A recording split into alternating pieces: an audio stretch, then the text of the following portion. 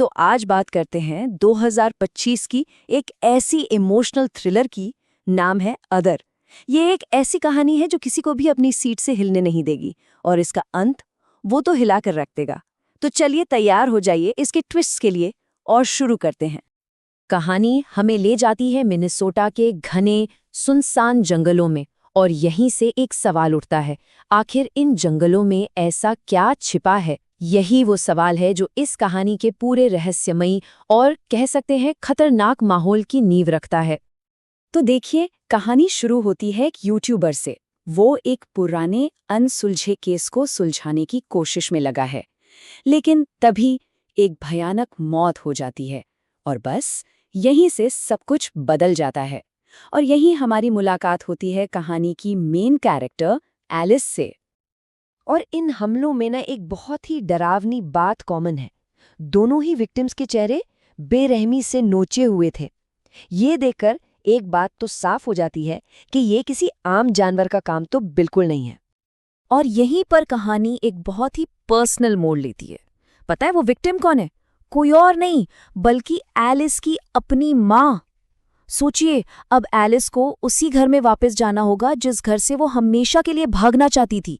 एक ऐसा घर जो उसकी दर्दनाक यादों से भरा पड़ा है।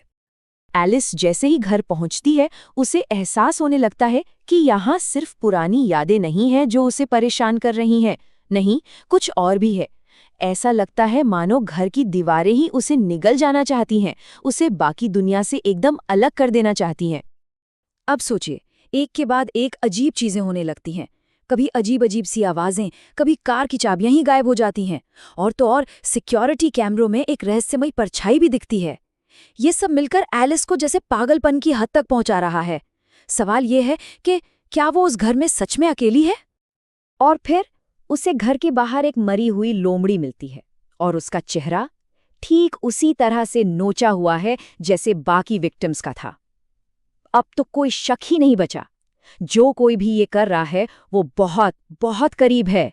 अब ये खतरा सिर्फ एक डर नहीं है, ये एक कड़वी हकीकत बन चुका है।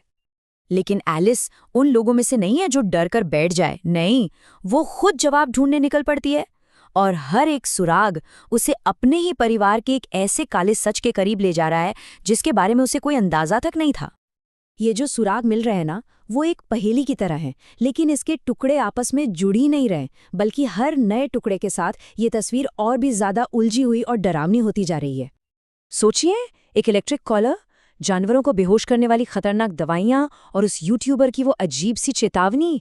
आखिर ये सब क्या है? मतलब क्या चल रहा था यहाँ? एक बात तो बिल्कुल साफ है, एलिस की माँ कोई बहुत बड़ा राज छिपा रही थी। अपना चेहरा मत दिखाना, ये चेतावनी बार बार उसके कानों में गूंजती है।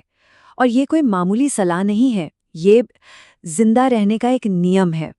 और बहुत जल्द एलिस को पता चलने वाला है कि इस नियम को तोड़ने की कीमत क्या हो सकती है। कभी कभी हमारी यादें हमें कितना धोखा दे सकती हैं ना।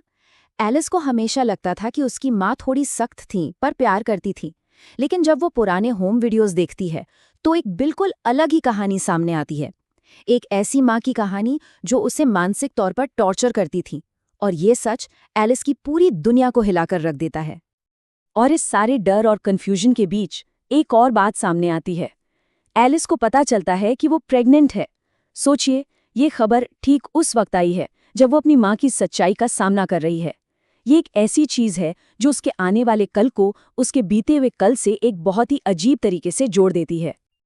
और अब कहानी अपने क्लाइमैक्स पर पहुंच रही है। सारे सुराग, सारी पहेलियां सब एक जगह आकर मिल रही हैं, और जो सच अब सामने आने वाला है ना, वो इतना भयानक और दिल दहला देने वाला है कि किसी ने सोचा भी नहीं होगा। घर के दरवाजे लॉक हो चुके हैं।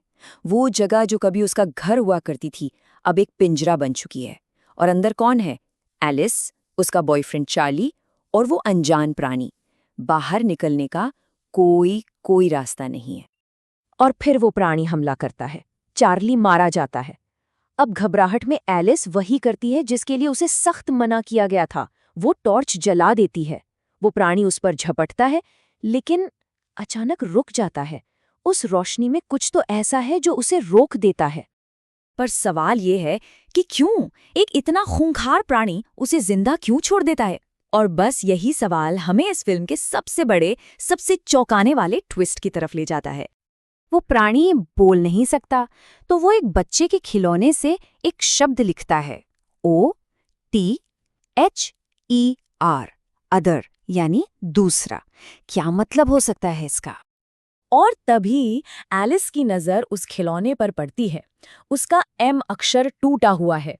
वो शब्द अदर नहीं था, वो था M अदर, माँ। और बस इसी एक शब्द के साथ पूरी कहानी, पूरी हकीकत पलट जाती है।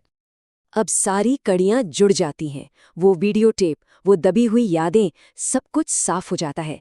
एलिस अपनी टीनेज में प्रेग्नेंट थी और उसकी माँ ने उस बच्चे को दुनिया से छिपा दिया, उसे सालों तक एक जानवर की तरह घर में कैद करके रखा। वो प्राणी, वो कोई और नहीं, उसका अपना बेटा है। लेकिन कोई सोच सकता है कि इतनी बड़ी बात कोई कैसे भूल सकता है? इसे साइकोलॉजी में रिप्रेस्ड मेमोरी कहते हैं। मतलब जब कोई सदमा इतना गहरा होता है तो हमारा दिमाग खुद को बचाने के लिए उस याद को कहीं बहुत बहुत गहरे दबा देता है। और जब वो लड़का अपना मुखौटा हटाता है तो उसके चेहरे पर जो दर्द है वो सब कुछ बयां कर देता है। उसकी आंखें जैसे चीख चीख कर कह रही हों, देखो माँ, तुम्हारी माँ ने तुम्हारे बेटे का क्या हाल कर दिया। तो आखिर में सवाल बस एक ही बचता है, असली मॉन्स्टर कौन था? वो जिसे दुनिया ने एक अदर यानी दूसरा बना दिया, या वो जिसने उसे ऐसा बनाया? ये फिल्म हमें इसी एक सवाल के साथ छोड़ जाती है।